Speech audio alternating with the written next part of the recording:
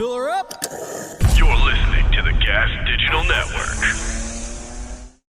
Conceive, believe, achieve. Shut the f*** up. And new undisputed UFC Middleweight Champion of the world, Michael the Count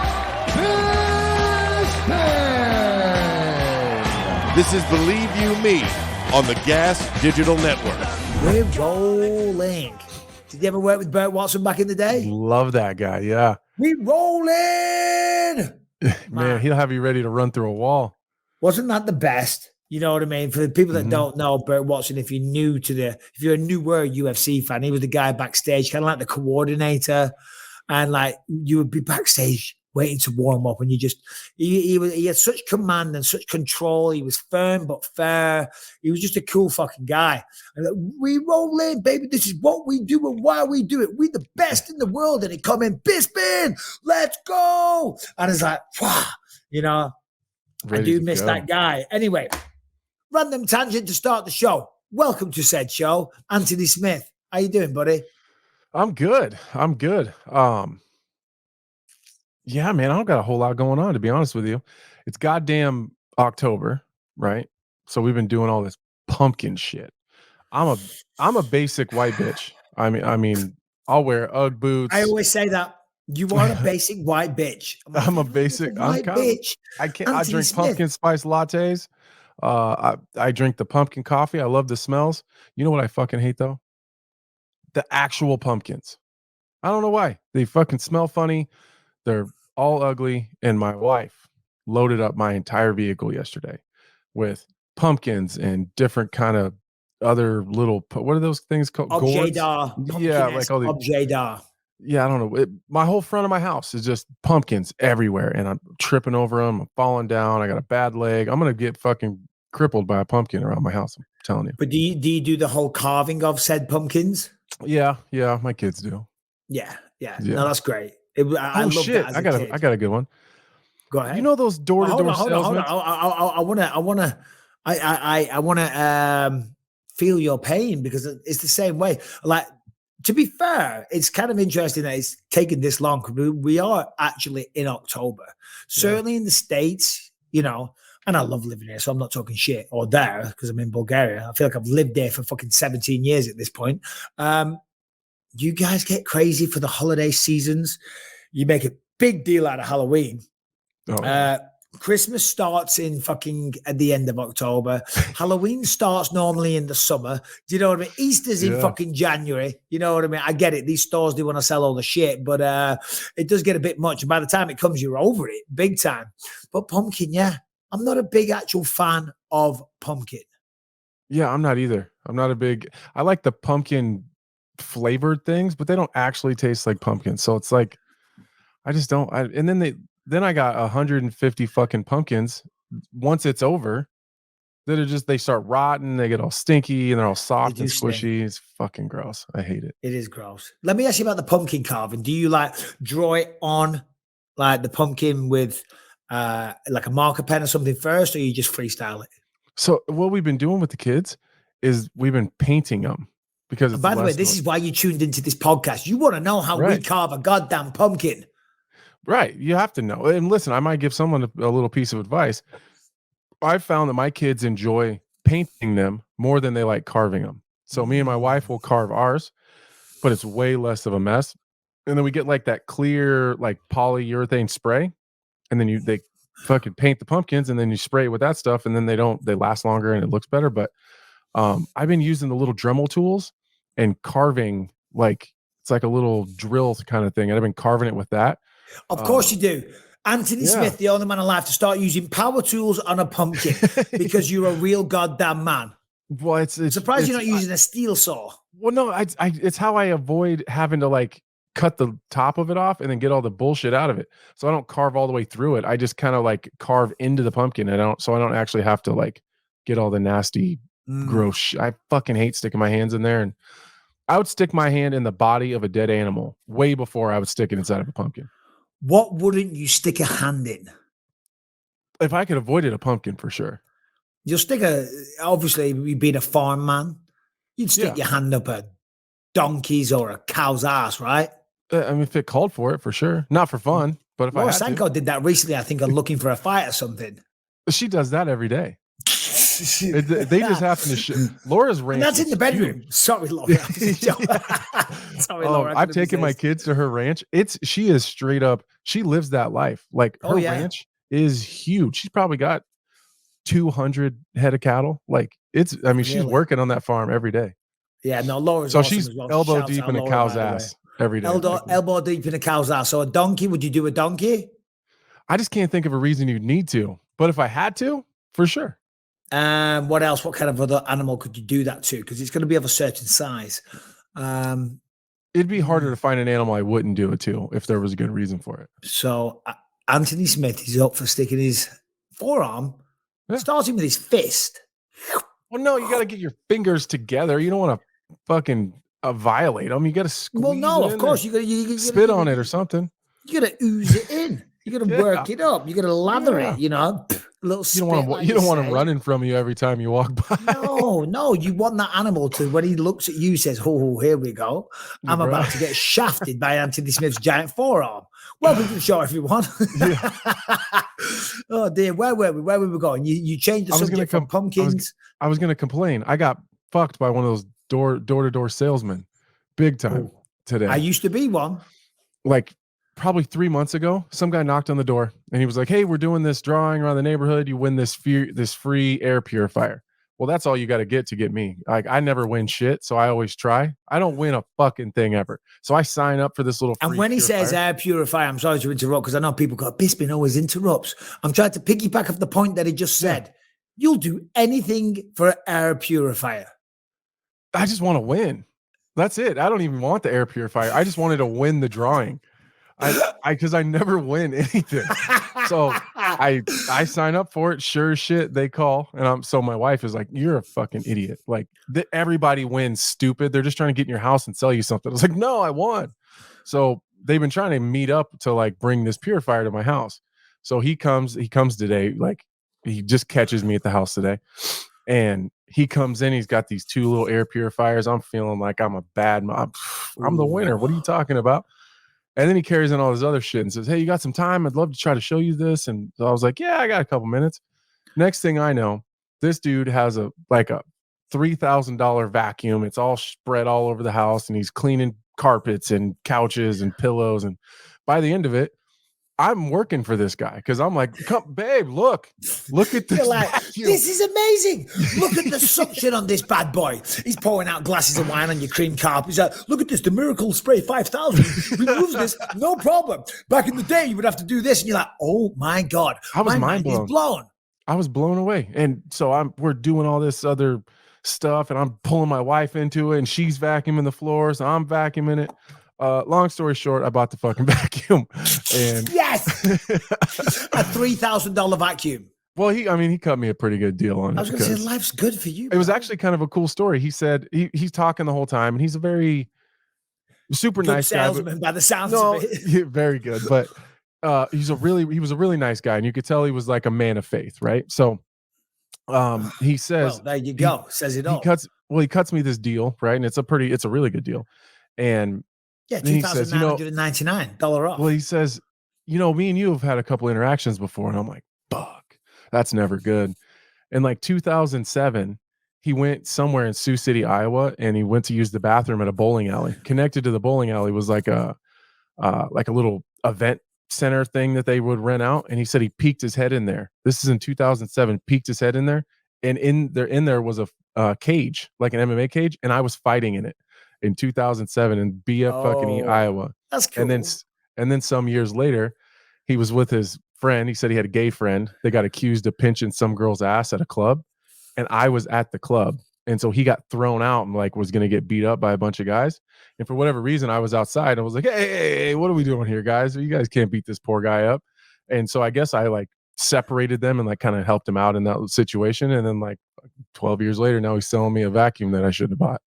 I mean, call me Captain Obvious, but wouldn't the people have known that if they're gay, they'd be the last person to be sexually assaulting a female?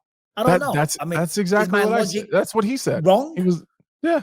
I mean, I don't know. Weird. So there's my weird fucked up. There's my weird fucked up odd story for the day. Yeah. No, it's good. You know, I used to be a. And now I got a dope ass vacuum. Fuck, I can't wait to see it, man. What's it called? Video when we get off of here. What's it called? It's, the Vacuum S3000. I don't remember. Yeah. God damn it. What color is it? Do I? Color?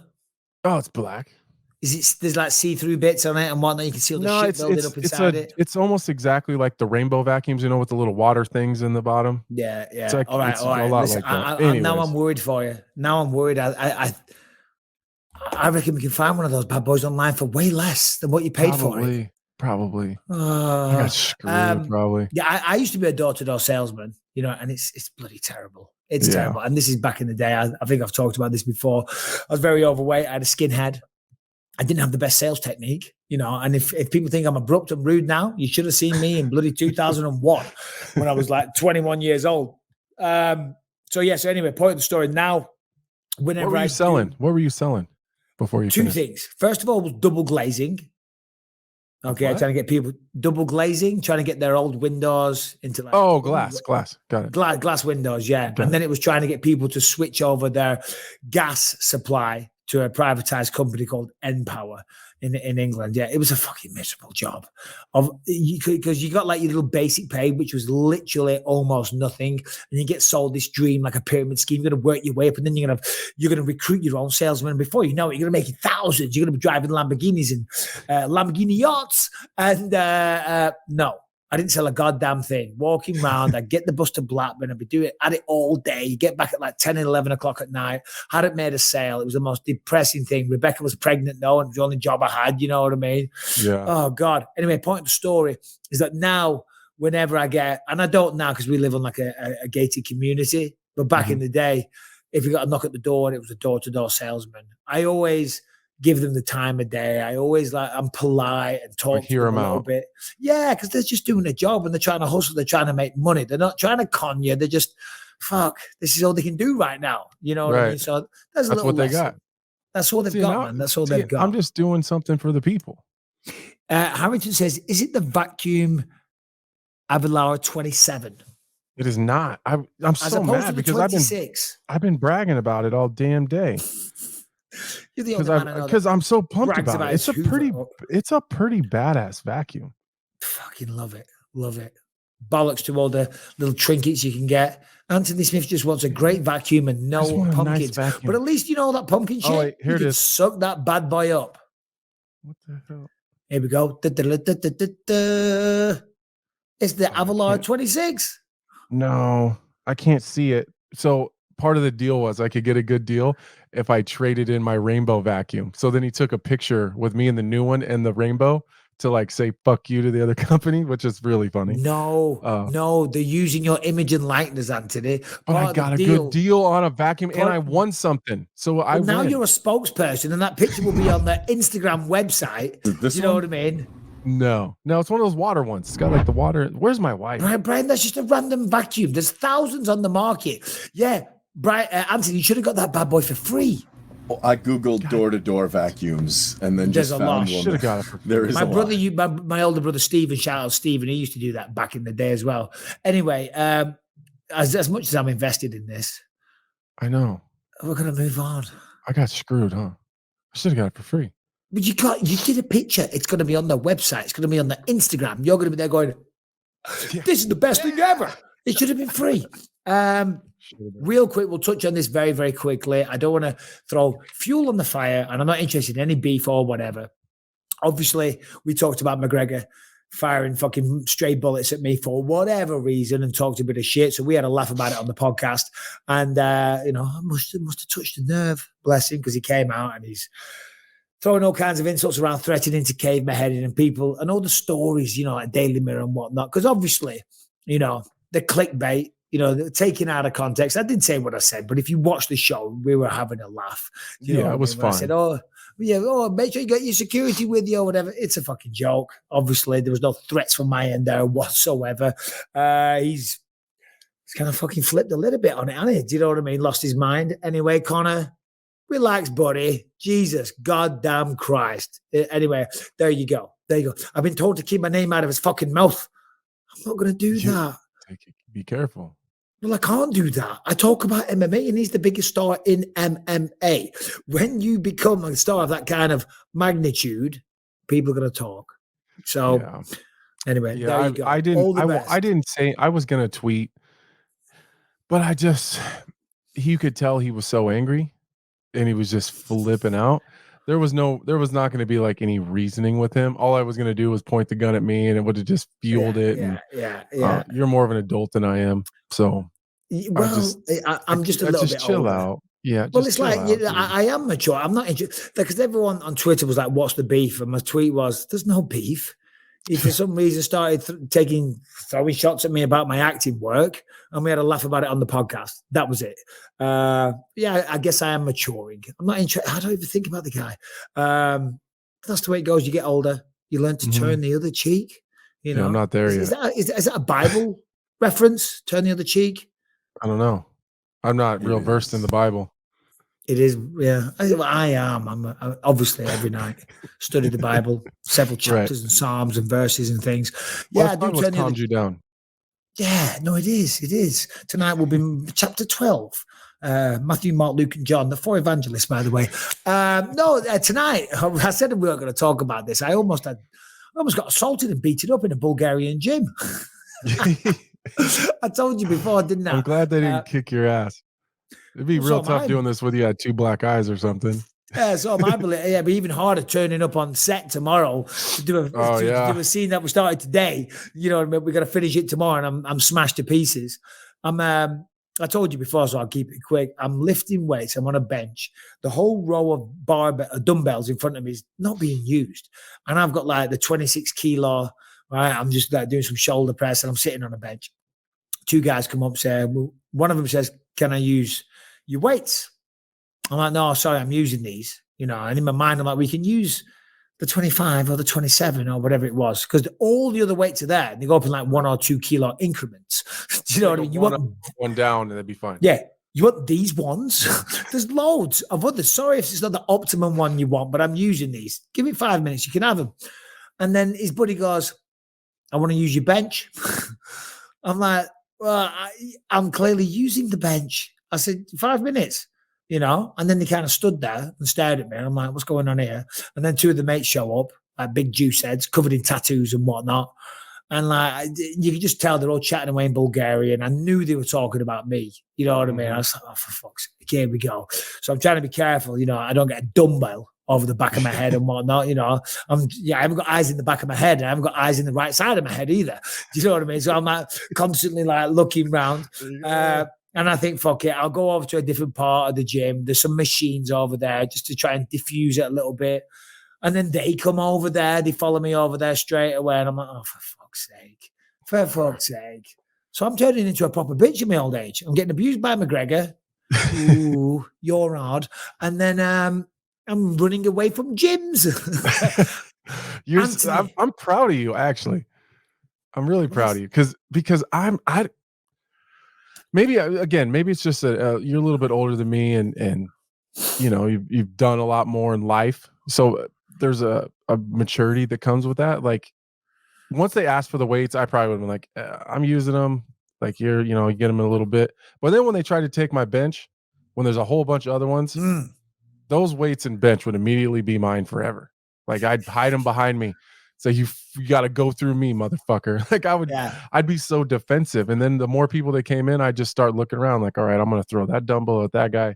And, and you're smarter than I am. You're like, well, let's just get out of here. This isn't worth it. There was no like kind of intimidation factor, but it was just kind of the fact that it's a Monday night. I've just had a fucking super long day on set, right? I'm trying to squeeze in a quick workout before I do the podcast. I'm not trying to get into a fight in a gym. Do you know what I mean? And let's say it did, and the cops show up, and the English guy, the cage fighter, they're not going to believe me. All of a sudden, I'm in a fucking Bulgarian police cell. Do you know what I'm saying? And it's hard to shoot your scene tomorrow from jail. Yeah. Oh, for sure. Nobody wants to be in jail in another country. Like that's one of my biggest fears.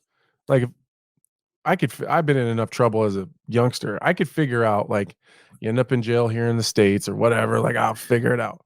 I don't know what I would do. Like, how do you get out of jail in Bulgaria? I don't know. I don't know either. I don't know. That's why I don't want to go. All right, let's just talk about Manscaped. You know the deal right now. If you're a man, you got to groom downstairs. You got to take care of it. You got to keep it in check. You got to trim it. You got to stay hygienic, and you got to be presentable. Well, if not for yourself, for your other half, for your partner, for your wife. You know, it gets a little unsightly, gets a little bit crazy, but it can be challenging. It can also be painful to do so. We've all done it. We've all used a beard trimmer or whatever to groom your package, and you end up damaging the package pretty badly. Sometimes it stings, it hurts, it cuts. Not anymore with the Manscaped, right? We all know it's got the skin safe technology. Right now, they're on the 4th version, the 4.0. It's better than ever. If you've got the old one, get the new one. The 4.0 is a million times better, light, waterproof, battery power, all that good stuff. Goes on for days.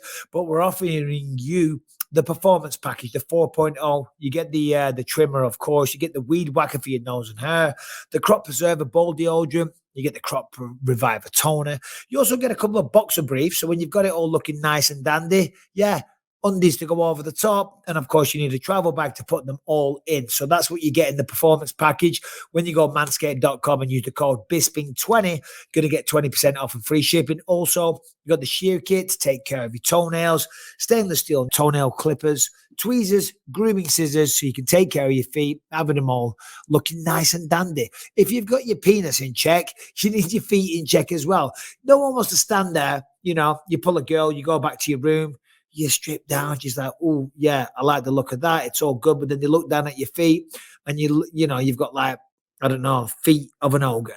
My feet weren't the best. I got the Sheer 2.0 kit. Oh, my God. Rebecca loves my feet these days. So give it a shot. Give it a try. Manscaped.com. Bisping20 is the code. You're going to get 20% off and the all-important free shipping. Have you ever been arrested, Anthony? Yeah, lots of times. Yeah. Yeah. I thought so. It kind of comes with the territory, doesn't it? You know, growing up like we do. Yeah. Fighters, you cut from a certain cloth. Do you have a little tale for us of one time that you don't mind sharing? Yeah. I got a bunch of those. So do I. I've just told them all on the podcast many times. You know what I mean? I never really hurt anybody. You know, mine was any fights I got into were all mutual combat situations. I wasn't never stole anything. I never, I never fucked anybody over. It was a lot of partying too hard, you know, and then you end up in a dust up. Well, I've told the car accident one before. Probably not on here though, but when I was 20, I was a rebel, you know, when my grandpa passed away when I was a teenager and I didn't deal with it very well. So, he was like the man in my life, you know, my dad was never around or whatever. And I just took it really bad. So I was partying super hard. And, it was the first time I'd ever done any drugs, and I didn't know what drugs like did to you. I've never been like a big drug guy, and I was always just a beer drinker. And so I ended up like doing some weird drugs and not really knowing what I was going to do. Well, long story short, I was drinking all night, and the morning comes and we find someone that was old enough, bought us some more alcohol the next morning. Well, I ended up passing out in my car at some house party. Sorry, so if you couldn't buy alcohol, what are you, like 18, 19, 20? I was 20. Yeah, I was 20. Yeah. So it's like 11 o'clock in the afternoon the next day. And I passed out in my car where the party was. And for whatever reason, they didn't want me sleeping in my car outside the house. So someone had came out and woke me up and like, hey, you got to get the fuck out of here. And apparently I passed back out and they woke me up again. And like, I couldn't figure out how to turn the car on. So someone turned the car on and like put it into gear for me. And so I backed out legit though. That's a true story. No, I know. And I backed out and I hit a car. Well, then everyone else got super pissed and they were like, get him the fuck out of here. So they put it in drive and I just drove on down the road. Well, like as I was trying to make it home on this gravel road, I passed out driving and ended up in this real bad car accident. I got life flighted. Was on a ventilator for a little while, and then it was a bad deal. And then when I got out of the hospital, I was shortly arrested for drinking and driving, obviously, and DUI and all that stuff. But yeah, that was kind of like that turning point where and I met my wife shortly after that. And you know, life's been pretty good since then. Well, but yeah. Yeah, for guys like us, and well, for a lot of people, I guess, you got to make these dumb mistakes when you're a kid, Mhm. and hopefully you learn from it and you don't continue to make them. You know what I mean? We're all human Yeah. beings. And listen, you didn't really make a mistake. You got drunk, and that's always a thing as well when we're younger, Mhm. getting inebriated and being And foolish. all of my stuff is making stupid decisions when I'm partying Same. too hard. I am I've never been in trouble sober ever. Same here. I have never got arrested sober. Like when I was a Never. kid, and I'm talking when I was a kid, I haven't done that. I haven't been arrested since 2001. We're in 2022. 21 years. Yeah, just drunk. And I Yeah. don't mean tipsy. I mean being 16, 17, 18 years old and being blacked Blackout. drunk, Yeah. blackout. That's the thing I like about in America, the 21-year-old age. I think that's a fantastic thing. And I wish the UK and more countries would adopt that, because we have a massive, it doesn't seem like it in California, although I'm sure there's people that do. And I'm sure, obviously, there's hardcore drinkers everywhere in the world. But the binge drinking culture, am I right in saying, or am I wrong? It doesn't appear to me like the culture is the same, because in the UK, in England, Friday night, Saturday night, people go out with the intention of just getting fucked up. And that is it. Yeah. That is their life. And then you get hammered drunk, and if you're old enough to get served, you're 16, you're 17, you've got no business being wild drunk. And if you're an alpha male and you're a little bit cocky, you know what I mean? You're gonna find yourself in dumb shit. I think that some of that is regional too, though. Like in California, it's a little more. People in the Midwest are going to get mad at me for saying this, but they're a little more sophisticated, a little more. There's more things to do. There's the lifestyle is a little bit different.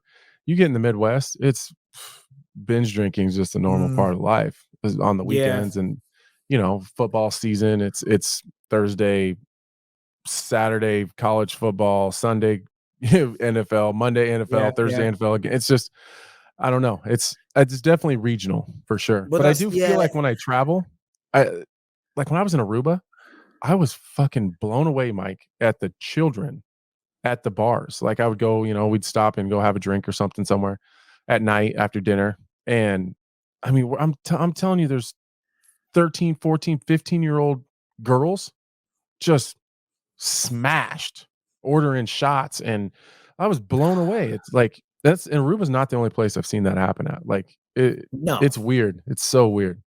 And then people wonder why people end up and then people wonder why all these kids end up in these shitty situations in other countries. It's crazy. Yeah. No, absolutely. And to your point about the regional thing, you're probably right as well. I shouldn't tar the entire of the UK, although it is definitely a thing, and it definitely is an issue. But yeah, I mean, I'm from a really small little town, you know what I mean? And not everyone, but the majority of people just want to go out on a Friday night and get hammered, and as we said before, you do dumb stuff, you know what I mean? You just do. Anyway, should we talk about some mixed martial arts? We've been yabbering on there for 25 minutes almost about utter nonsense, but and vacuums. Well, we need to know about these things. Mackenzie Dern, let's talk about the fights at the weekend. Obviously, I'm in Bulgaria. Don't want to keep going on about it. So watching the fights is still a difficulty. I can't wait to get home. The end is in sight. It's just a couple more weeks and I'll be back home. Thank God. Miss my family greatly. It's an amazing opportunity. I'm very grateful for these things, but it's always nice to go home. And I cannot wait for it. And I love the sport of mixed martial arts, and it's very difficult being a fan out here. But I did watch the main event. I'll let you take over in just a second.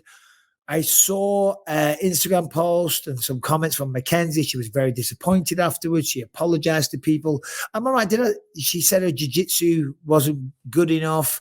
I thought she did really well. Of course, Yan Xiaonan was the winner of the fight, and we need to talk about her more, and she did incredible. She really did. She looked vicious with the kicks. The striking was on point. The jiu-jitsu defense obviously stood up. But I'm probably biased because I'm a teammate of Mackenzie's, and I see her in the gym, and I know what a sweet, lovely girl she is, and I see how hard she trains. Her jiu-jitsu is goddamn phenomenal. It is phenomenal, and she showed a great chin. Listen, she was beat by the better person on the night, She was beat by the better person, but I have more of a connection to Mackenzie, so I found myself watching it from that perspective a little bit more, rooting for her to win. No disrespect to Yan. But yeah, I thought she had a lot of positives to take away from that. Of course, she lost the fight, right? That's the reality. Well done to Yan. I just think if she could improve her wrestling, like I don't know if 6 months is too long, but just go away for 6 months and just work on hardcore wrestling. If she could do that and get her wrestling, not catch up with the jiu-jitsu, because that's probably never going to happen, but close the gap a little bit. Oh my God, she would be a force to reckon with. Yeah, I don't disagree at all. I think that this was the best case scenario for her, though. I really do. And I mean that more in like a long-term sense, as far as where her career is going to end up and what it's going to look like when it's over. Her jiu-jitsu is so fucking good and so dangerous that I'm just Googling her age while you talk. I apologize. Go on. I think in her head, she's always known, like, all right, I'm just going to throw bombs on my feet. I can be wild and crazy. And if shit gets kind of wild, my jiu-jitsu is always going to be better than everybody else's. And no one's going to be able to hang with me on the ground. And no one's going to even want to or attempt to try. So I think her getting into this fight with someone who was such a fantastic striker, used her aggressiveness and her power against her. Like she counterstruck really well when Mackenzie would come in. She hit her hard a couple times. So, and then when it came to the grappling, Mackenzie had some success and gotten some good spots, but she was never able to finish. And Xiaonan she didn't retract like a cat from water. Like she would get out of the submission and she would go right into ground and pound and then work her way to her feet and then they would reset. No one's ever really done that with Mackenzie. Everyone, the second it hits the ground, it's a mad panic and dashing to get the fuck out of there. And she didn't really do that to Mackenzie. And I think that that's a really good lesson to learn, that the girls at the highest level aren't afraid of you and they're not afraid of your jiu-jitsu. And even if they know you're better, they're still going to be there and they're going to still fight through those positions. And it's not going to just be, all right, we're grappling, I'm going to do a submission attempt. If I don't get it, she's going to bail and we're going to get back to our feet anyways.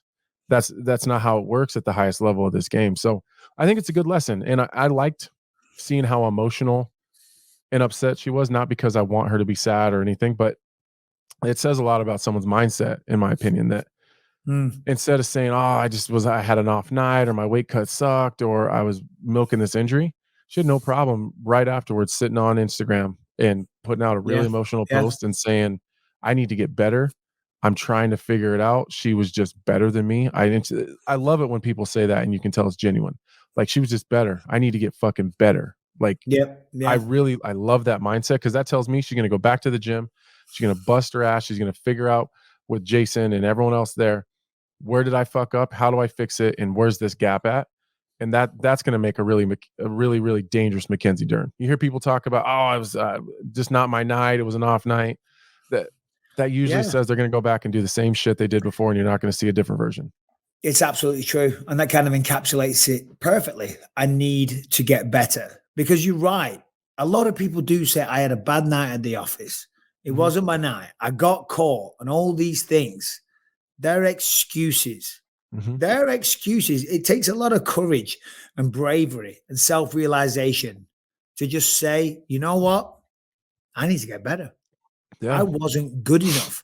Because as fighters, we all have tremendous egos, because you have to have it. Simple as that. Whether they admit it or not, you have to have it. So to be able to be humble enough to admit, you know what? I lost because I wasn't good enough. I lost because I wasn't good enough.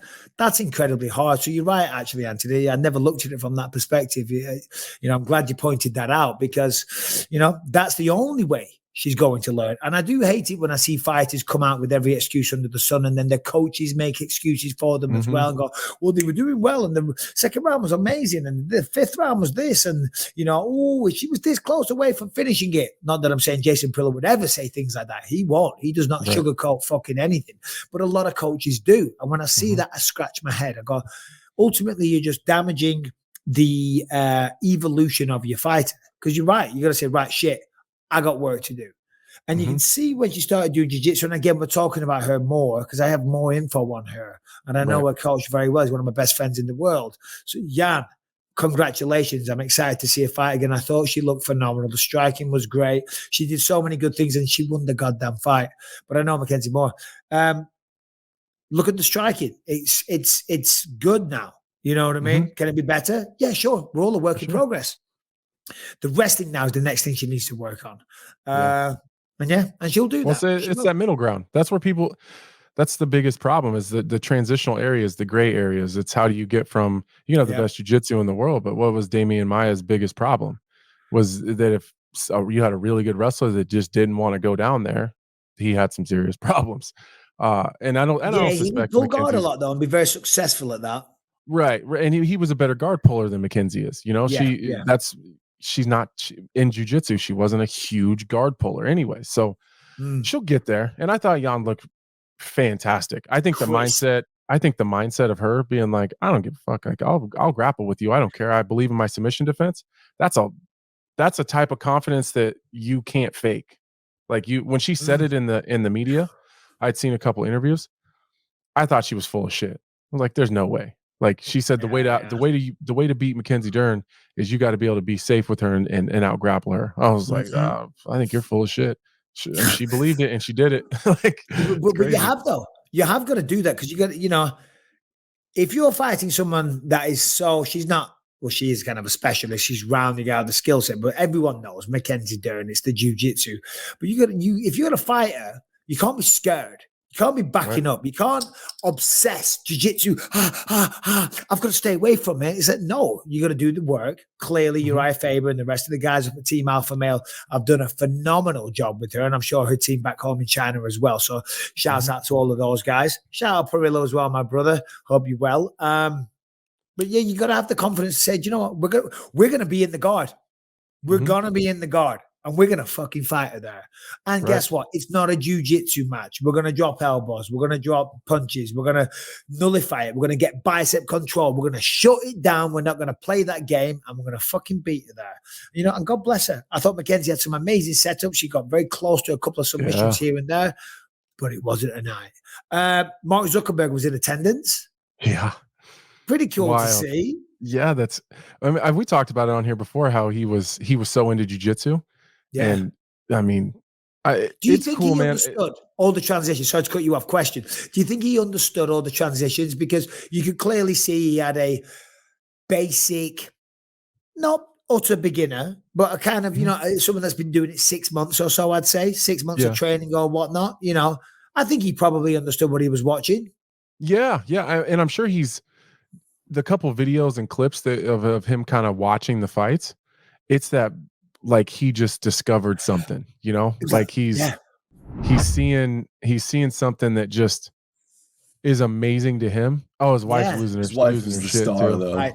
I know. His wife was losing it. Just look how focused. Look how focused he is. Like he's. Oh, I wish it. Look at her. Look at her there. Yeah. I forget. He's just so in tune. So like I watched him watch it. Like he's learning something. Like, oh, I never thought of that. Or, oh, you can go from this position to that position. I think think what you want about Zuckerberg. I know that like politically there's a lot of argument there. A lot of people don't like him. They don't like his business. They don't like the transparency. I don't give a shit about any of that stuff. Yep. Someone as rich and powerful and with as big of a voice as he has, kind of putting his cosign on what we do is only going to bring our sport higher, and people with that kind of influence can only do good things for our sport. That's exactly what I was just about to say. I wasn't going to say as famous or as rich or as powerful, because they're all good points. I was going to say, and this isn't an insult to him, and it sounds like it's a meathead comment, but someone kind of as nerdy as him. Yeah. Do you know what I mean? Yeah. He is a tech genius, and you can clearly see the guy. Do you know what I mean? He's quote unquote what you would describe as maybe a bit of a nerd. Do you know what I mean? But to see a guy like him who does have that influence, who does have that wealth, who does have that power, and to be kind of has the interest, I don't know. I know nothing about Mark Zuckerberg, but he's a fucking nerd, let's be honest. But he's awesome because he's there and he's watching the UFC. And I believe this will open up potentially another realm of people, because MMA still as hugely and wildly popular as it is, there's still its skeptics, there's still its critics, there's still people that won't give it a shot. But seeing that someone who's clearly as wildly intelligent as he is, because you don't get to that position unless you are supremely, absurdly intelligent, to be an admirer of the sport, and his wife is there enjoying it. It's just going to help bring in even more fans. I'm not saying he's the secret to breaking out to the next level. No, he's not. But it's just that acceptance. Like, I've said this a few times. Yeah, the acceptance from a wider audience, because he's not typically who you would think the Just Bleed MMA fan. Do you know what I mean? Remember him, that guy that they show? Yeah, with his shit Just written on his chest, tattooed on him. Yeah, Whatever it was. I used to say my mother-in-law. She's a very. She's not what you would describe as your typical MMA fan. And when she first started watching it, she fell in love with it straight away. And I think when people do watch it with an open mind, they will. Anyway. We're not saying anything new there. Harrington, come on the show. What's going on, guys? How you doing? How are you, brother? I'm doing great. Hey, I got a question. Sorry, Okay. I don't mean to cut you off. No, please, no. Anthony, this is your podcast. I'm merely a guest. How is this baby thing going? Like, is there like anger? Is there sickness? Are you in trouble? How many times have you slept on the couch? Does she hate you? I guess that's the real question. It depends on the day. Honestly, it's like riding a roller coaster, right? Because it's like there's a little touch, Harrington. You're very loud. Just back up a touch. Very loud. Okay, gotcha. Yeah, so it's like there's some days where it's like it's literally better than when we first started dating. You know what I mean? Like she is just all about me. A little bit. What's Come that? forward a touch. Okay. All right. Okay. So yeah, there's some days where it's really great, and then there's also days where it's an absolute. You know that, what's that movie when they go forward, back? What is that? What is it? You know that there's no point asking. I'm not gonna fucking know. Yeah, I think it's Couples Retreat or something like that. Oh, might be Couples Retreat. Yeah, I've actually seen that one or something like that. Anyway, sorry, Harrington. Go back to you. You know what it is? Forgetting Sarah Marshall. Forgetting Sarah Marshall. Exactly. Yeah, it's his brother, Bill Hader. I haven't seen that one. Yeah, so some days it's absolutely incredible. Some days it's like it's an absolute nightmare. Like her best friend, her podcast co-host is in town, and she's just been looking at me anytime my girlfriend like snaps at me and goes crazy, and she's like, dude, be nice to him. Like, he hasn't done anything wrong. She's saying to Alex, be nice to you. Oh, I thought Hey, listen, don't let her stick up for you, because it's only going to come back on you. Because as soon as she leaves, she's like, "Oh yeah, you ain't got no one fucking protecting you now." That's a good. It's only going to come back. And you were ganging up on me, talking all that shit. You know. So it's please going please nobody clip this and send it to her. Is she started to show yet? Yeah. So we've been doing like the profile picture on the same wall every week for the last 3 weeks. So it's been pretty cool to see the progression. Oh, see, look at that profile picture on the wall every week. Right, I did nothing like that. Anthony, did you do anything like that? Not really. My wife took pictures, like progress pictures as she went, but she wasn't super consistent about it. Rebecca's so pissed because we don't have many pictures or videos or anything like that. But it's the fucking 90s in 2001 or whatever. Do you know what I mean? Like, people didn't do that. Anyway, congrats again, Harrington. But we're going to talk about it a lot more. And we want to hear more about your pain and suffering on a weekly basis. All right, let's talk about Magic Spoon. Listen, we all love cereal. When I was a kid, I was raised on cereal, but I don't get to eat it anymore because, well, it's just not good for you, really, is it? Let's be honest. Sugar, carbs, artificial sweeteners, flavors, all that stuff, you know. So you try and avoid it, but it is delicious. It is nice. And I still love a bowl, but I do avoid it. But that is where Magic Spoon comes in, because guess what? It is cereal, but it's good for you. By the way, it's also delicious. And it comes with 0 grams of sugar, 13 to 14 grams of protein, and only 4 to 5 net grams of carbs in each serving, only 140 calories per serving. It's keto friendly, it's gluten free, it's grain free, it's soy free, and as I said, it's also low carb. As I said, as a kid, one of the best things was eating cereal. I loved it. I'd have 5-6 bowls a day, but you got to stop it. Now I can go back to it. Trust me, I've tried this stuff. I love it. It's delicious. You know, their variety pack comes with 4 delicious flavors. You get the cocoa, you get the fruity, you get the frosted, and the peanut butter, whichever one is your favorite. And I'm sure you will have one. Give it a try. Get your cereal boost. Settle those cereal cravings by going to magicspoon.com/believe. When you go to that link, you're going to get 5% off. So as I say, click that link, go to magicspoon.com and use that code believe, $5 off. And check this out. They're so confident that you're going to love this product. It is backed with a 100% happiness guarantee. So for whatever reason, if you don't like it, they will refund all of your money, no questions asked. That's how confident they are in this product. Check it out. Help our show. Help yourself. Get cereal. Get lean. Get healthy. Go to magicspoon.com/believe. Get $5 off your order. And if you don't like it, send it back and get your cash back. Come on then. Give us one.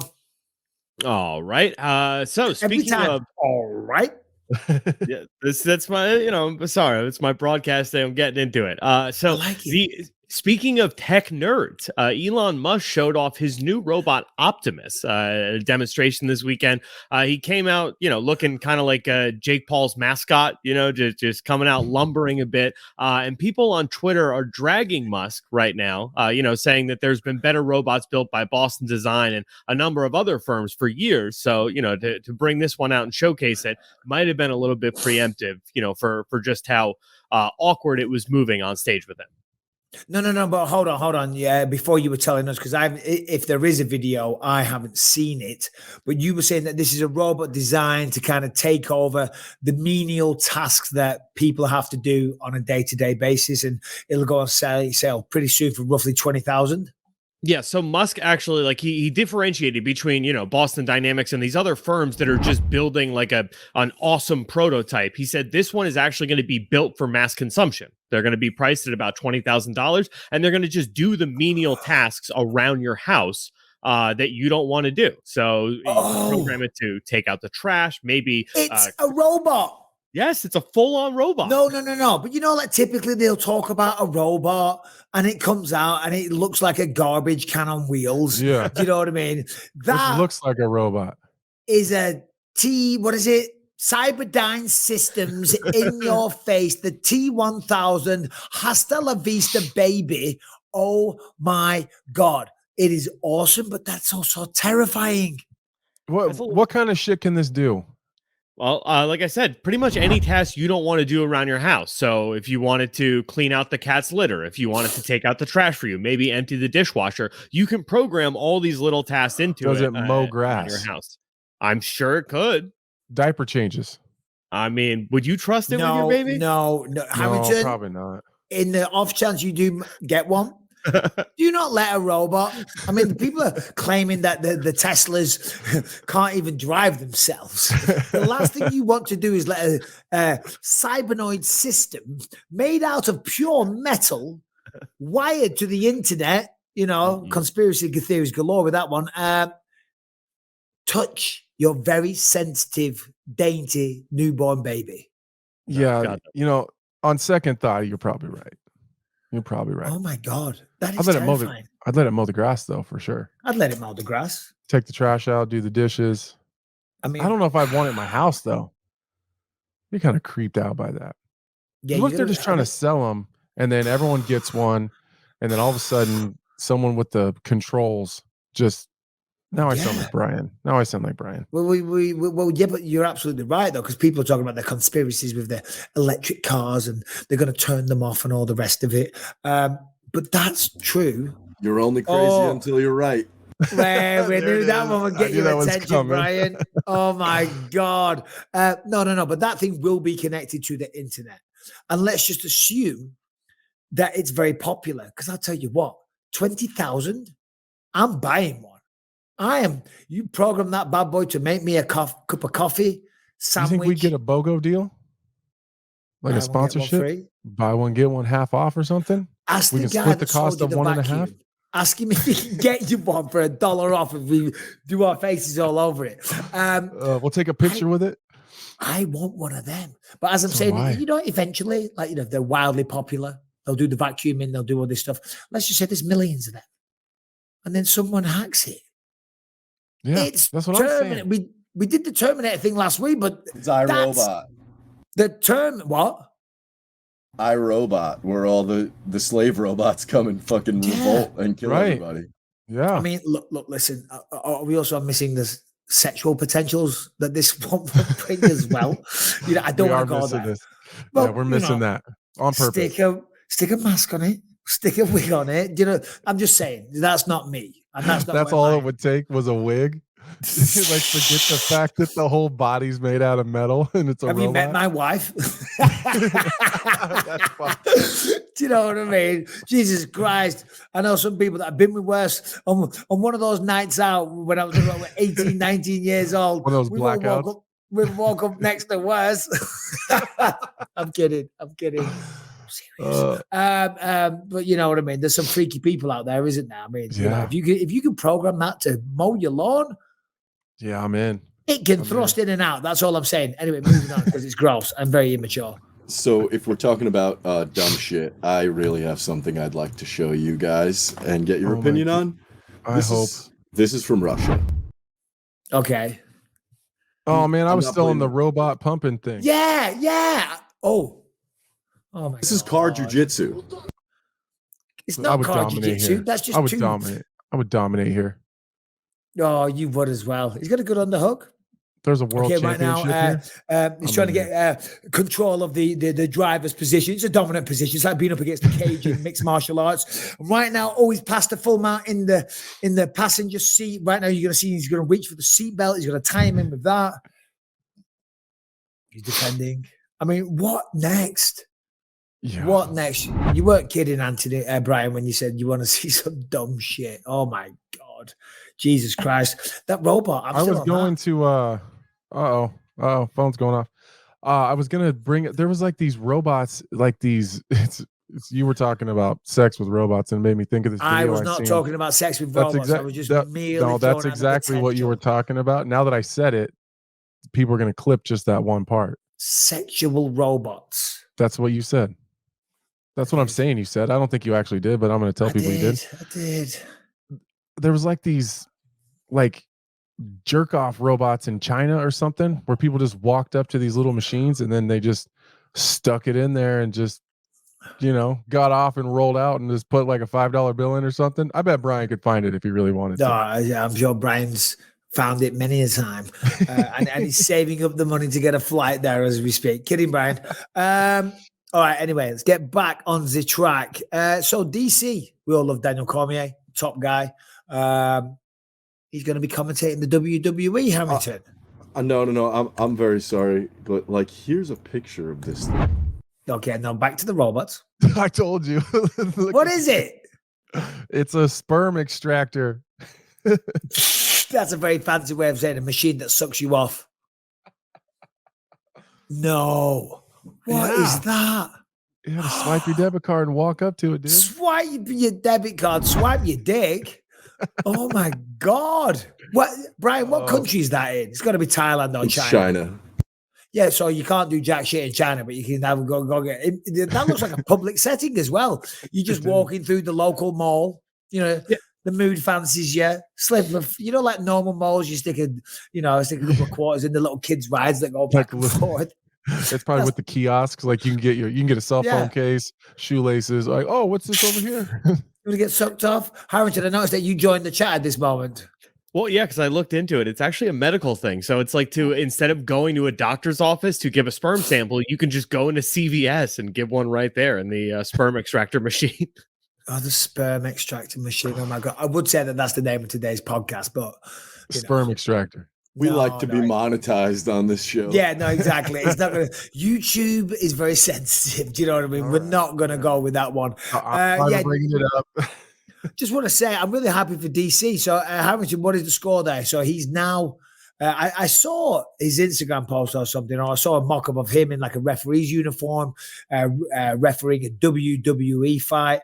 I don't watch the WWE. I know you do, Anthony, and probably you do, Harrington. A little bit, yeah. Yeah, but I do know DC, and a lot of people are massive fans of it, and maybe I'm missing something. I tried to get Lucas into it. He wasn't bothered. Anyway, DC's a massive fan. He's a massive fan, and he's a fantastic guy. So I could not be happier for him because I'm sure he's pretty pumped about this. Oh, there it is. Yeah. Yeah, he's the special guest referee for Matt Riddle, former MMA fighter, versus Seth Rollins at Extreme Rules this Saturday night. That's awesome. Good for him. This is your time. Good for him. Anthony. Good for him. That's really cool. First of all, Matt Riddle was in the UFC, right? And Yep. you know, ended up out of it, but he's wildly popular in the WWE, which I think is fantastic, you know, to make that switch or whatever. My 8-year-old loves Seth Rollins, really because she likes saying Seth freaking Rollins because she thinks she's allowed to say a bad word, but you know, whatever. But I'm Kids. happy for DC. I think if DC could go back and change anything, I bet he would go into the WWE. Maybe not like change his career, but if he could add something onto you it. mean rather than the UFC? No. I think if he could go back and add something that he really wanted to do, because I think at this point it's probably a little bit past his opportunity. But I think if he could go back and add something along with what he's already done, I bet he would go and compete in the WWE. Well, he always wanted to do that. That's why he was so happy when he knocked out Stipe when Brock Lesnar came into the cage. Yeah. You know, I mean, number one, massive opportunity, fantastic payday. But, you know, to fight Brock Lesnar, you know, being the WWE crossover guy would have been huge for him. And yeah, no, he's a massive. I'm so happy for him because everyone loves DC, as do I. Mm-hmm. He's awesome, and he's gonna be like a kid in a candy store with that. So well done, DC. I wish he would have got that Brock Lesnar fight. I wish we could have seen that. Ngannou's a piece of shit. Miocic's a piece of shit. What a promo. DC, I'm coming for you, motherfucker. And then he pushes DC, and DC goes flat. Remember how far DC went? And I think DC tried to push him back, and Brock Lesnar hardly moved. That's a big ass dude. Big. How do you think that fight would have gone down?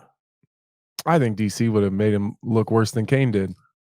Ooh, it's a hot really take. Yeah, it's hard. Hot take. You think that's a hot take? No. I don't mean a hot take. I also believe that DC would have. Oh yeah. I just mean to beat him worse than Cain did. I mean, Cain. It might be hard to do. An insane beat down on him. I'm just saying that's hard. I mean, that's a high bar of ass kicking to achieve.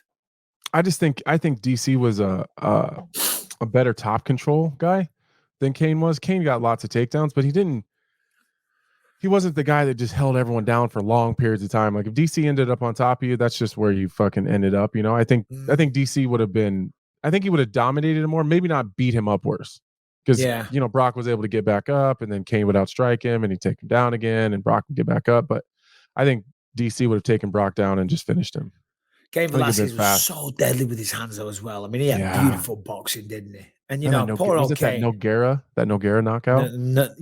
I fought knockouts on that card in Australia. Yeah, I fought on that. And I was backstage. I don't know if I'd already fought. No, he was the main event, so I must have been the co-main event. I think was it Vanderlei Silva? Regardless, yeah, man, I remember seeing that knockout. I mean, it was beautiful and absolutely devastating. I was just going to say, you know what? All this time we've just been carrying on with life, doing the podcast, doing our shows, fighting people. Poor old Cain, still locked up away from his family after all this time. So it's just crept on by too, you know. That's the sad part. Everyone was so supportive at the beginning, but that's how it goes. Everyone right away is super supportive, and everyone's really paying attention to it, and they're tuned in. And you know, it just slowly slips to the back of everyone's minds and the bottom of media stories. And you know, until he has another court date, you won't hear about it again. Yeah, it is. Well, as you say, it is life, and everyone has to get on with life. And sadly, you know. And everyone knows our feelings on this, and any father on the planet sympathizes with him. And look, listen, you know, we don't want to retrace all ground, but he has to accept a certain level of responsibility. But the man shouldn't be rotting in a police station whilst he awaits trial, in my humble opinion. No, I think that's the truest thing with this whole ordeal. Is he going to face some consequences? For sure. Does he deserve that? For sure. Is he willing to do that? I would bet that he mulled that over in his head before he did what he did. Yep. Like knows he's going to suffer. Yeah. And there'll be some kind of, you know, mitigating circumstances, temporary insanity, whichever avenue you want to go down. There's certainly many avenues of defense. But he's not a threat to society. Like not in the slightest. He should be allowed to be free with his family while he's, you know, kind of battling this in court. Technically, me and you are more of a threat to society. We're the ones with rather extensive criminal records. He'd never been arrested in his life. And poor Cain's just sitting there rotten. Anyway, shout out Cain and all the best to his family as well. And we're obviously, as a community, all hoping for the best result. All right, so big MMA news stories. Harrington, throw something. Oh, Ben Rothwell Obviously, he got a big knockout Yeah, there. good for him. What else we got? Cormier to Luke Rockhold, needs to do jiu-jitsu, not talk about coming back. What do we think? AKA Javier Mendez says, Islam Makhachev the best lightweight? What else do we have here? Darren Till. Speaking to Darren Till this morning, by the way, we had a little FaceTime with him and his partners from Block Asset. Going to come on the show very, very soon. As I said, we'll be getting guests on a regular basis. Just bloody hard on the other side of the goddamn world. All right, let's have a quick talk about FitBod. Listen, we're all trying to get in shape. We all want to work out. We all want to stay lean. We want to be healthy.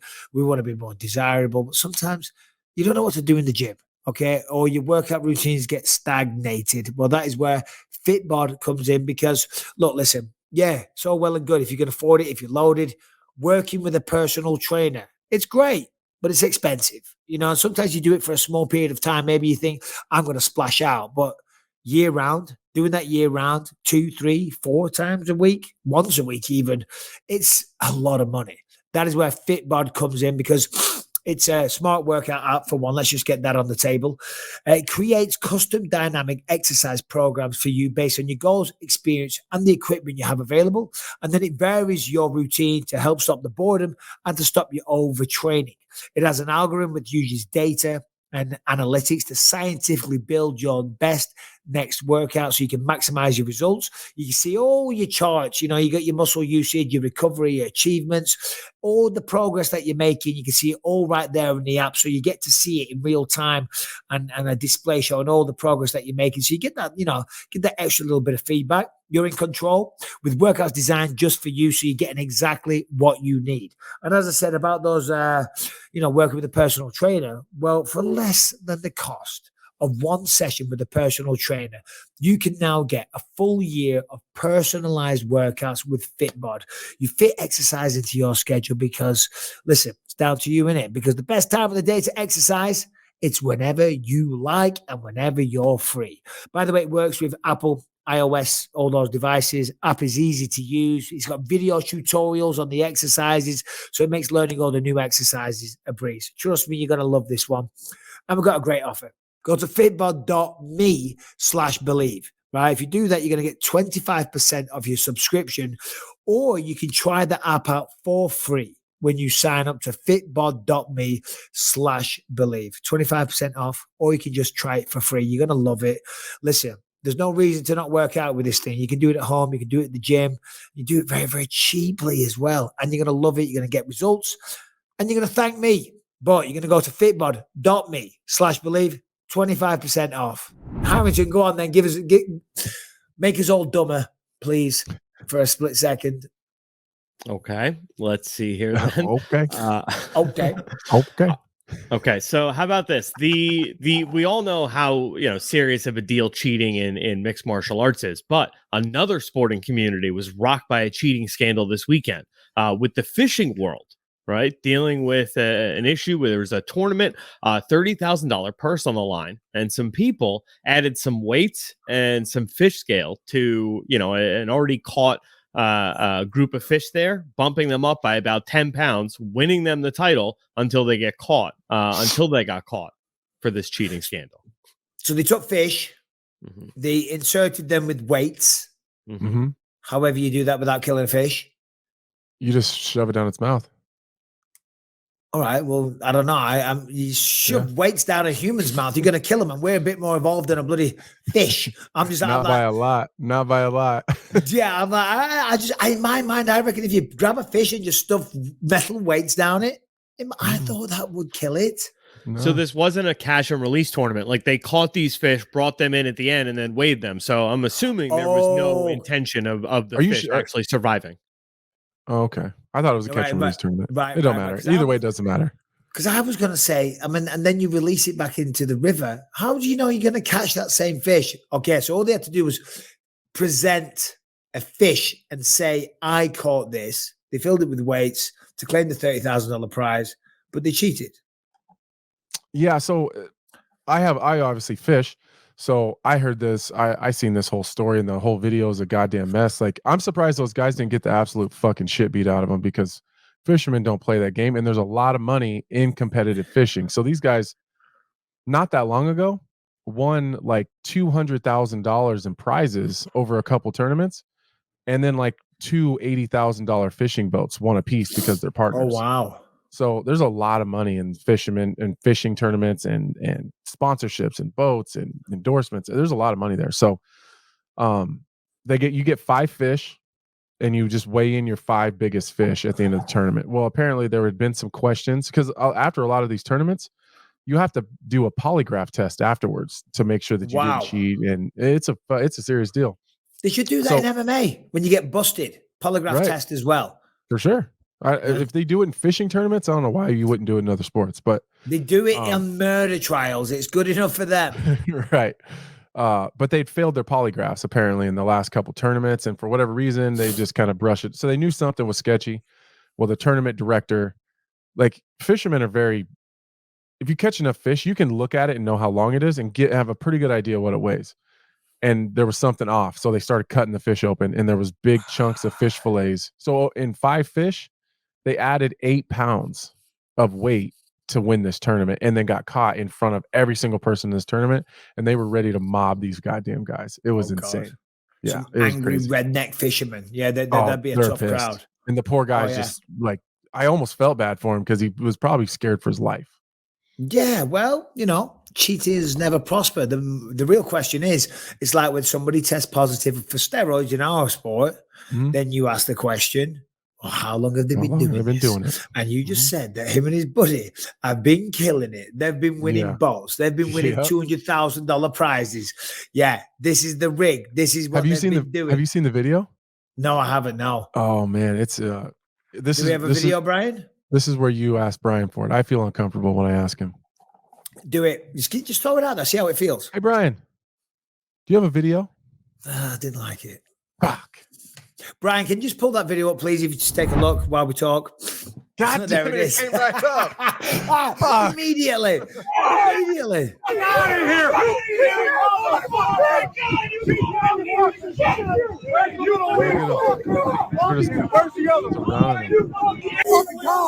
Look at that. This is where they cut the fish open. Listen to me right now. Everybody listen to me right now. Jake, I want you to leave. I don't want anybody to touch these guys. I want you to go to jail. Go to jail. Tell the cops. You fucking, this is bullshit. There we go. Then he cuts it open. You fucking piece of shit. Don't we need to file a police report? Yeah, Jason, They're filing police reports. Every fucking one. Oh, they're big fucking You fucking champ, dude. I mean, we all fucking knew it. What the fuck, man? Oh, here we God damn. That's not good. Fish. Look at this. Is my a fillet. Yeah. It's a walleye fillet. No. Yeah, it just goes on like this for the whole time. People are screaming. They get angry. People are mad. They're like talking about putting these guys in jail. The cops ended up showing up because beating the crap out of them. Essentially, it's a theft situation for sure. I'm not sure that I'd get all fired up like that. But yeah, something. Yeah. Apparently, the guy had won like $250,000 over the past year in these fishing competitions. So I don't know if you were paying attention to the conversation for the last 5 minutes. I'm Brian, sorry. Anthony went over that in quite the detail. I literally got a phone call from Ralph, and I needed to put him away. I'm sorry. Oh, so you hate us? Yeah. Okay. Yeah. And tell the owner of the company if he ever interrupts the podcast again and distracts my producer from doing his job, which he does very well, then I'll slap him. Reality is competitive sports, money to be made. People are always going to look for a way to cheat. Let that be a lesson to you, fishing weirdos. What's the biggest fish you've caught, Anthony? The biggest fish I've caught? Yeah. On rod and reel or by hand? Oh, Jesus Christ, my God. Rod and reel.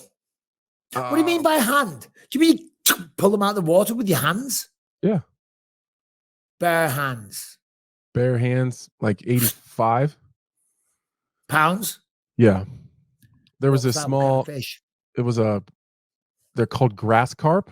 They get real big, and these people like put them in this public pond like years and years and years ago, and then over time they overgrew the pond, so they had to drain it And when it was halfway drained, me and my buddies just jumped in and just grabbed Yeah, it. right. Yeah, but that's not really fair, is it? Do you know what I mean? They're fat, they're overweight, they've outgrown the pond, the bloody, the water subsided, they can hardly No, they swim. they They're were on the killing side. everything. I mean, it was They're a gasping deep for fucking air. No, and it you're was just a- like, No. They were in look, water. I caught an 85-pound fish. No, they were in water. They just half drained it so they could get the fish out, but it's not like they were helpless. Like they were eating everything else in the water. So like, anyways, I've done that.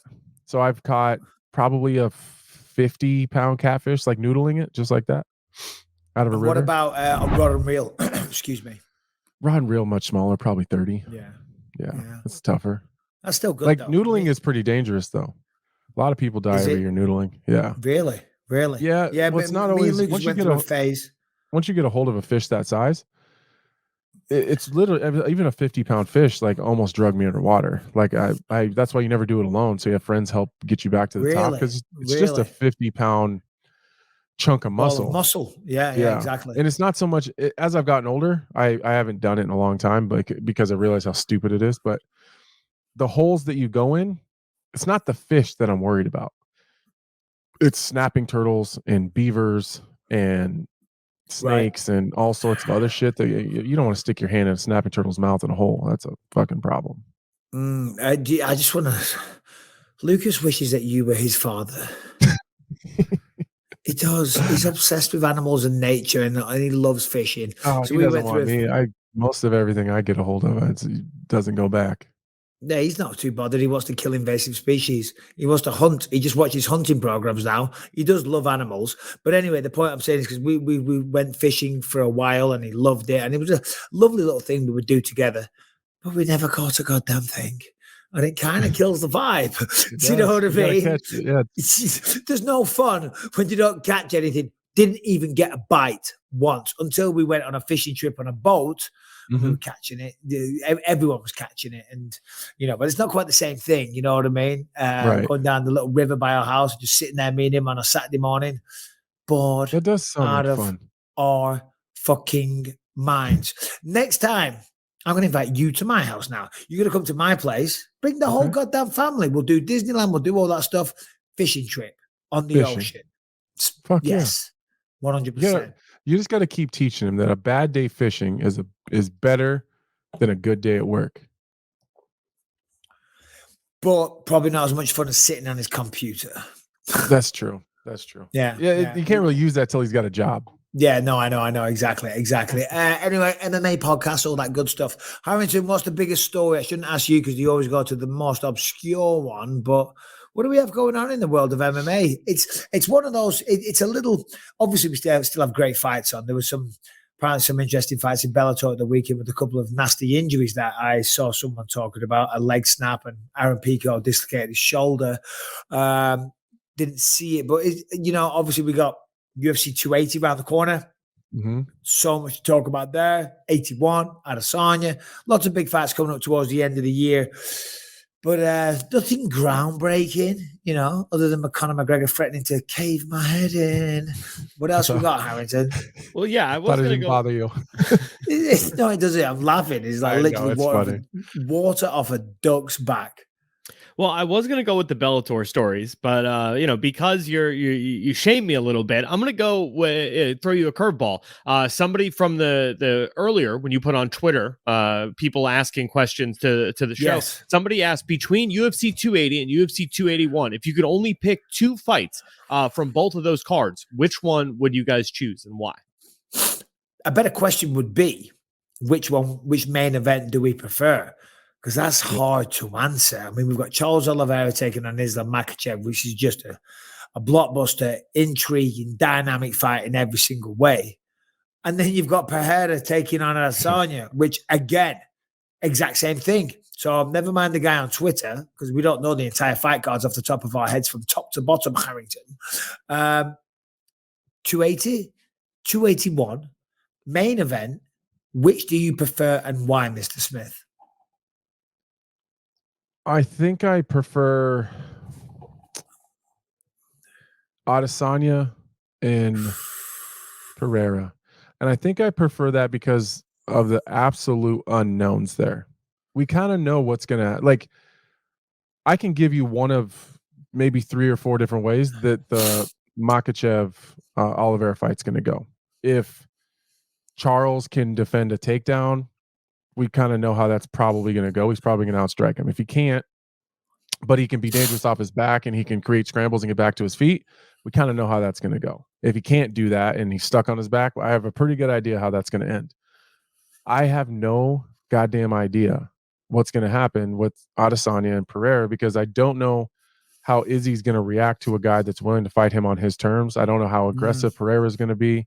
Is he going to sit back and be more technical? Is he going to be overly aggressive and chase him? I don't know. I have no idea what's going to happen there. And I think that's why it's more interesting to me. Interesting. I'm going to disagree for just the purpose of debate. And whilst, you know, I'm wildly excited for both fights. It's not like, oh, that one's going to suck. No. Pereira, Adesanya, I can't wait for it because everything you just said. Will he be the man to dethrone Izzy? Can he knock him out? He's going to be aggressive. He's going to go forward. He's going to bring the best out of Izzy. I think it's going to be an absolutely sensational fight.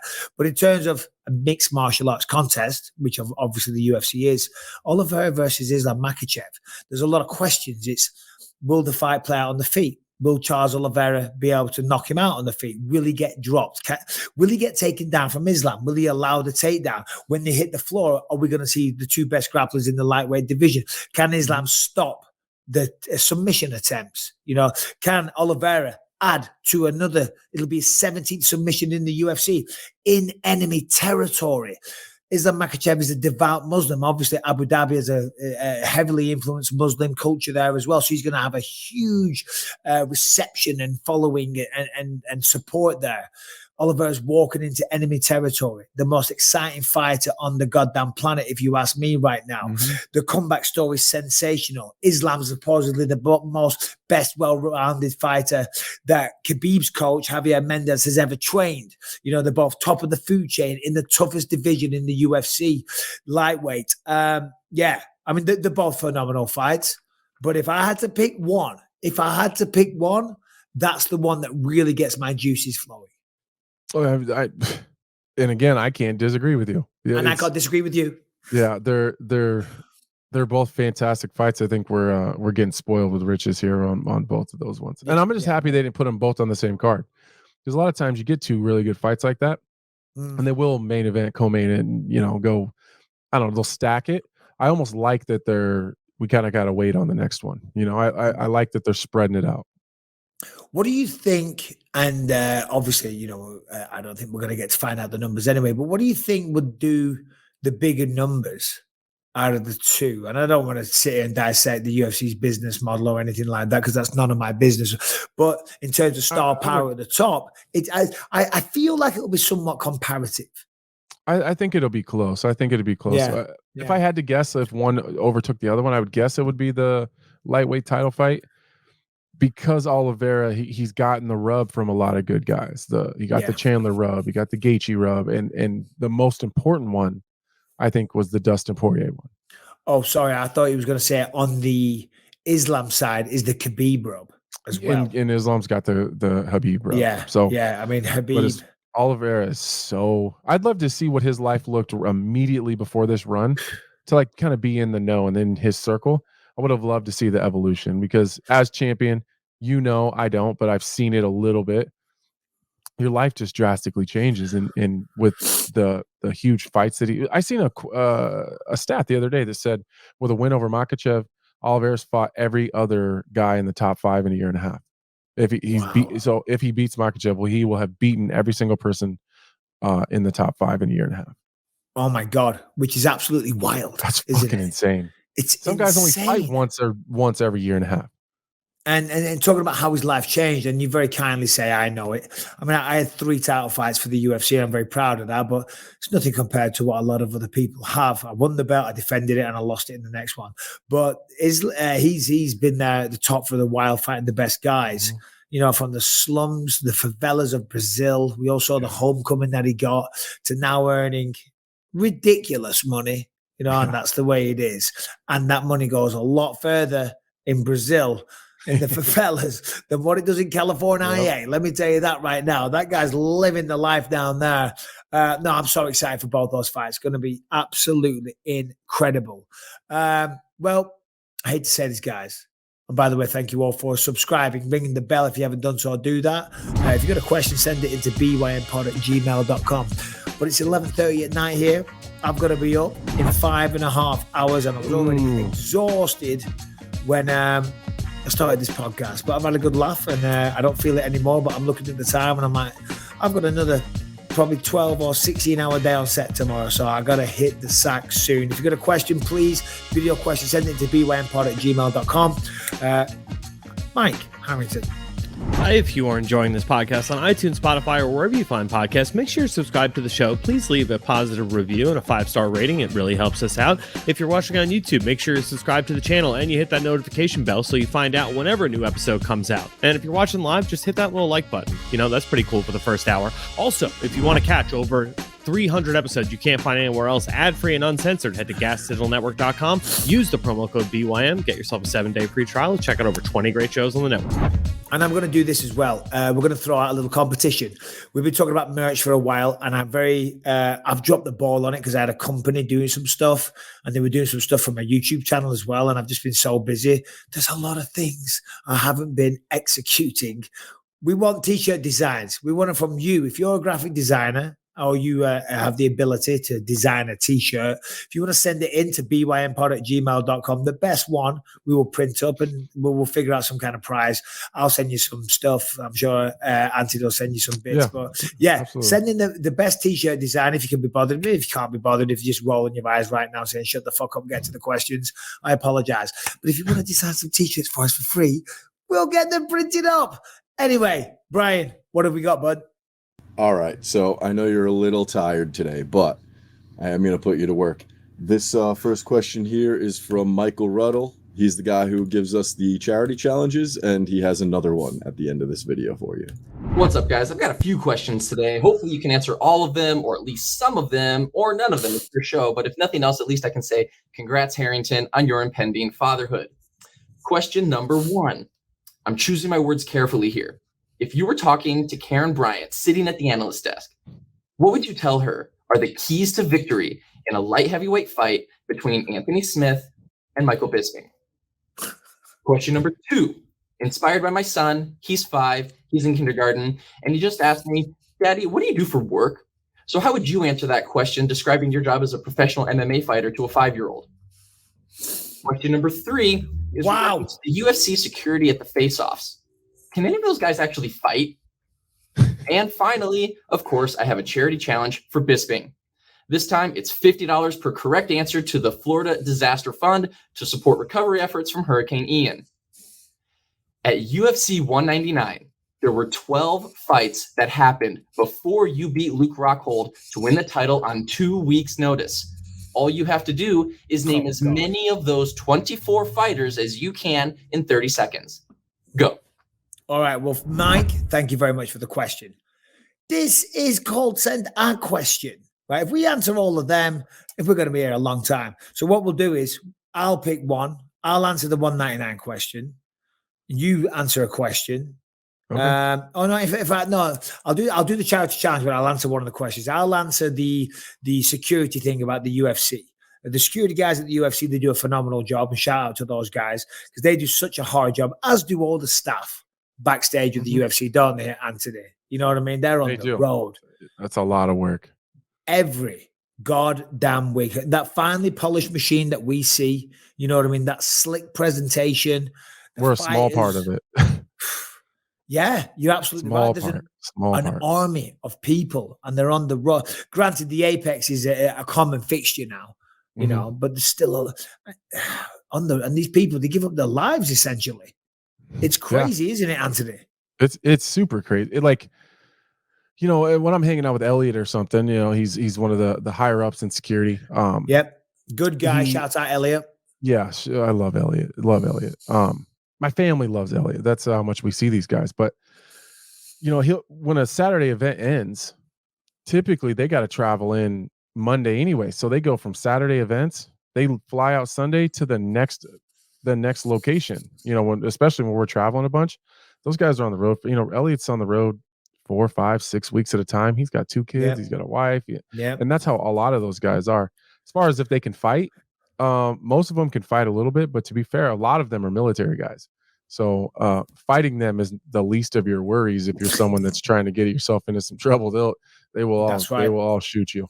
But that's what I was going to say. And you're right. I mean, we're talking about security there. I mean, there's so many roles, so many jobs. The guys that put the octagon together, the guys in the production van, the producers, the commentators, the just the runners, the people in the blue shirts, people that bring, just day to day usher the fighters around. It's they work so hard. So shout out and maximum respect to every single one of them.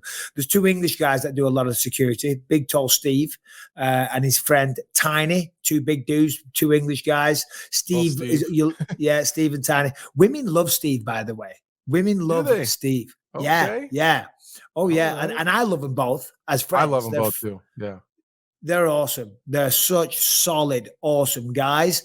And to answer your question, as you said, military guys, they were, if I'm getting this right, hardcore SAS guys. And Steve was like quite high up. So they're well respected, not to be messed with mother effers. You know what I mean? So for sure. Fighting, I reckon the guys in the cage could probably fight better in hand to hand, but I guarantee, if shit hits the fan, they're going to be okay. Yeah. I'm going to find Steve when shit hits the fan. That's what I'm doing. Right. I want Steve and Tiny. Get them both there. I'll take Elliot. All right. Charity challenge. Michael Bisping versus Luke Rockhold, being $50. Uriah Faber, Dominic Cruz, being $100. Hold on. Oh, yeah. Sorry.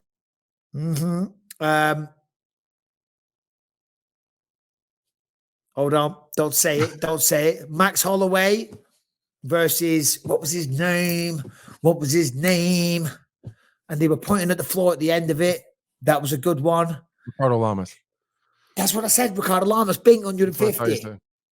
Yeah, it is what I said. I think that's it. That's time right there. Yeah. Anthony, what's your question and answer? What did he ask? His 5-year-old. What do you tell your kids? I punch people in the face for money. I mean, I've never hidden it. My kids know exactly what I do. So yeah, I fight and I try to beat up other people, and I get paid for it. Yeah. Well, that is what you do. What are you going to lie about? Question? The keys to victory. My key to victory to fighting Michael Bisping is to not get punched in the face 150 times around.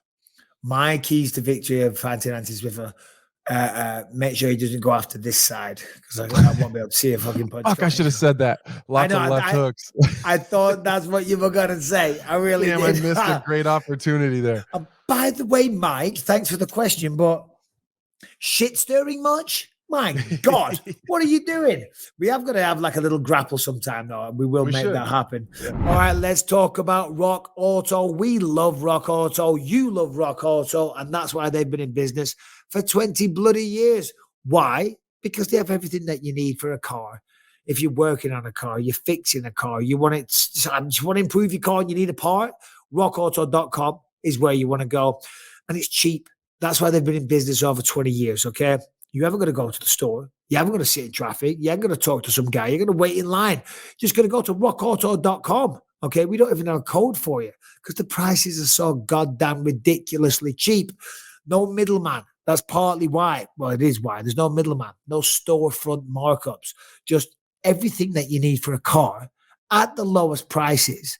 And you just look at it on your phone, laptop, computer, and they send it to your house very, very fast. So what more are you waiting for? Why would you drive in your car and park up and all that crap, find a parking space when they've got everything that you want at the lowest prices? If you work on your own car, if you need something for it, why wouldn't you take advantage of this? Go to rockauto.com. You don't even need a code because, as I said, it's so blooming cheap already. rockauto.com, but tell them that you heard about us here, please, on the Believe You Me podcast, if you don't mind. And yeah, there it is, rockauto.com. Enjoy. All right, let's get back into it. Brian, what else we got? All right, we got another one here. It's from Mr. Forrest Rooney, and he addresses the last time he sent in a question. Okay, Forrest. What's up, BYM? It's Forrest Rooney here. I'm the guy who had the dumbest question ever asked, and I'm going to try to redeem myself here with this one today. When you guys were young, when you were kids, when your teachers and parents said, "What do you want to be when you grow up?" I'm curious to know, what were your answers? Mine was a marine biologist. I don't know why. I used to like fishing. Now I'm scared to touch fish. They flip around too much and they're slimy and gross. And yeah, so yeah, did you guys come out the womb slapping triangles on the doctor or swinging lefts and rights? What was your early life goals before you found out you wanted to be a fighter? Well, Anthony, we've already clearly established that he grapples extremely heavy fish out of the water. And I said at UFC 199 when I won the belt, I said, I've been a fighter ever since I came out of my mother, which I meant was ever since I was born. So yeah, not the best picture to paint. What did you want to be when you were a kid, Anthony? I wanted to be a cop. Nice. Typical kid, probably. I still would, though. I would still be a police officer. Steven Seagal joined the force very late. You're probably. I don't want to be like a regular, writing speeding tickets cop. I have a couple friends that are police officers, and they're like SWAT team guys. Like they're chasing big amounts of money and drugs, and they're all like really special units. Like I would want to do that. I'm not writing speeding tickets and shit. But no. Yeah. I still would do that.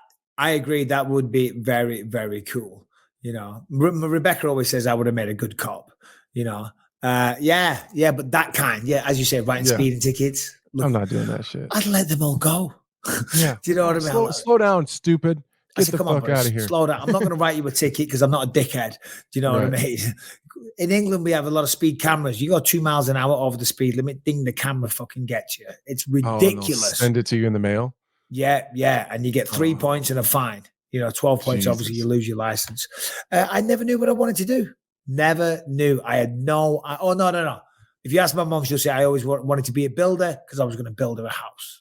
There you go. Oh, there we go. That's sweet little Michael. Sweet little Michael. You look after your mom, don't you? You know what I mean? Right. One more. It's getting later and later. I'm going to show up tomorrow. Knackered. Go on. All right. So this next question here is from a Mr. Dominic Winther. All right, Dominic, make it a good one. All right, guys. Just a question for Mike and Ann, if that's all right. So I'm 24, pretty bad drug addict, alcoholic, all that shit, but I'm working on it. Only two things I've found in my life that I've been truly passionate about has been MMA and heroin. Neither of them things are good for you, but no one's paying you to chase the dragon. They might pay me to kick someone in the head. Is it worth pursuing at my age, having never done anything, or should I just find something else to do with my time? Peace and love, guys. Wish you the best, Anthony. Hope you heal up. See ya. Well, that's a really, really good question. And first of all, my brother, all the best with everything. That was like kind of funny at first, and now I just feel bad. Yeah, well, we're going to give you some great advice. Listen, everyone's going through tough shit, Obviously, that sucks. A heroin addiction is no joke and one of the hardest things to kick, but we're all behind you, buddy. And if you start having success in that, please send us in a follow-up video because we would love to support you on your mission. What was his name again, Brian? You know what I'm like. I always bloody forget. Dominic. Well, all the best to you, Dominic. And, to be honest, what you're talking about there, doing MMA, whether or not, and to be honest, the answer is at 24, no, you're not out of your mind. I did a lot of martial arts and I was a scrapper when I was a kid, but I didn't get serious about martial arts till like 24, 25 either. You can still do it if you want to do it, but it's going to help you in what you're trying to achieve with your heroin addiction. You know what I mean? Trying to get a healthy lifestyle, because if you love MMA and you want to achieve that, you're not going to be able to by being a heroin addict. And you need something else to try and, what's the word I'm looking for? To try and, you got to prioritize something else in your life, and you need, when you get healthy, when you go and you work out and you release those endorphins, hopefully it helps you stay on the straight and narrow. and who cares if you don't go off and become a professional MMA fighter? You're going to turn your life around. You're going to work on your fitness. You're going to learn some new skills. You're going to get fitter, and you're no longer going to be a heroin addict, and you're going to be a productive member of society. And it's an illness. Do you know what I mean? Everyone likes to scoff and look and judge, right? Whether you're an alcoholic, a heroin addict, or whatever kind of addiction issue that you have. But it's a fucking illness. And we're all behind you, my friend. And we wish you nothing but the best and success. And we hope you do it. You sent in a great question. You seem like a lovely lad. You seem like a lovely guy. I'm sure you got a family that love you. Think about the other people in your life, because guess what? You can always be one injection away from passing away and dying. And you don't want that for your family. And you're 24, man. You've got your entire life to live. You're still a baby. You're still a young man. Go out there and fucking live. Whether or not it's an MMA fight, whatever it is you do, there's a whole lifetime. There's a whole world to explore and things to achieve and go after, and it seems rich for me because I love a bevy. I love a drink, and I've had my face partying and stuff like that.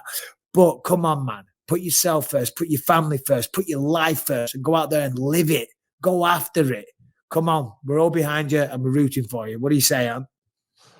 Honestly, man, I echo a lot of that stuff, of everything you said. You got to replace it.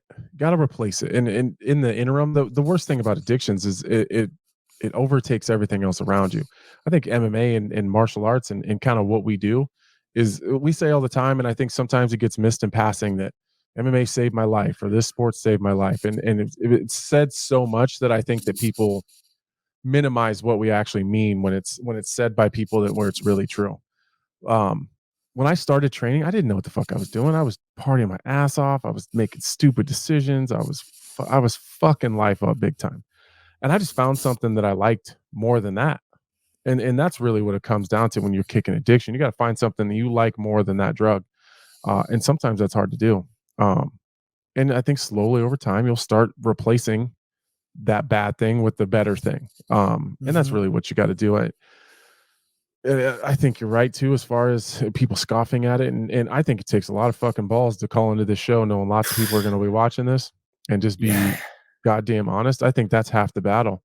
I think people spend most of their lives, or at least their lives during addiction, hiding it and not wanting anyone to see it and trying to fake it. And so, I mean, I think he's halfway fucking there already, just by calling in and leaving a message and showing his face and saying, I got some fucking issues, but I need some advice.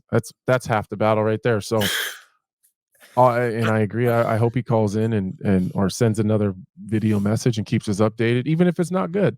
Like, you don't have to be fixed and perfect and have a whole bunch of good shit going on for you to send another question in and update us about what's going on. If you're still fucking it up, then fucking let us know and hold yourself accountable, and we'll keep on talking to you. That's for sure. 100%. And I'm so glad you said that as well, because hold on, what did you say? My mind went fucking blank then. Jesus Christ. Hold on, no. Sorry. So the point about having the balls and the courage just to send that video in, you're absolutely right. That takes so much strength. It does. And as you say, like we were talking before about Mackenzie Dern, having the realization and just being so honest to say, do you know what? I need to get better.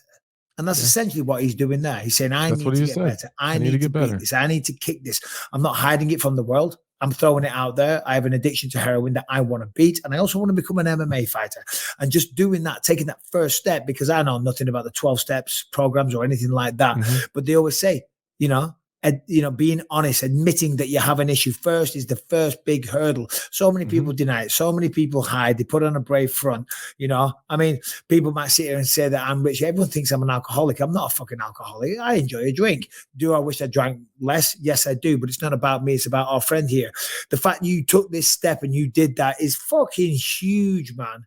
It's huge, and we're all behind you, and anyone else that's going through something, whether it's alcohol, drugs, opioids, whatever the hell it might be. Harrington and his porn addiction. Do you know what I mean? There's lots of what was that machine called? The little sucky in and outy thing that he was obsessing over before. The sperm donator. Extractor. That's the word. Yeah. He's got an obsession with them. No, all jokes aside though, but yeah, I'm proud of you. And I'm sure your family, if they were to see that, would be extremely proud of you as well. Because I'm sure you've had to deal with shame, ridicule, criticism, friends shunning you, losing jobs, members of the public. If you come from a small town or whatever, I kind of recognize your accent a little bit, but you know what I mean? People do. Oh, he's a smackhead. He's a scumbag. He's a drug addict, a heroin addict. You know what I mean? It's a fucking human being at the end of the day. It's got an issue. And a lot of the time, there's issues and there's addiction problems because of things that have gone on in the past. You know, that's generally the way it goes. And getting involved in MMA or any goddamn sport, it's going to help with that as well. It is going to. And we're all fucked up. We're all fucked up. So you're going to find a community of people that have either gone through it, they're already halfway there, they've already passed it. You'd be blown away at how many different people are in this MMA community. You're going to find someone who's just like you pretty fucking fast. Look at Court McGee. Yeah, look at him. Court McGee is the perfect example. He was the exact same situation. He was a heroin addict, and now, all right, he never became the champ. He's still fighting, but he's a damn good fighter. A really good fighter. He's winning at life. And what a career that he's had. And now he's using those dark times that he went through to help other people. He's running all kinds of charities and groups where he helps other people that were addicted and shares his story, speaks to large groups, goes in to visit schools and things. Yeah. Matt Brown too. Yeah, there you go. Hey, and listen, same here. I was never an addict, a drug addict, but I was out of control. I was partying every goddamn weekend. Yeah, I was doing drugs. I was out of my mind. Do you know what I mean? And then I found this and it gave me a reason, a want, you know, and that's what you need. You need a want and a desire and something greater. And never mind all of that. If you can't find those things, do it for your fucking self. Do it for your parents. Do it for your loved ones. But come on, man. But yeah, thank you.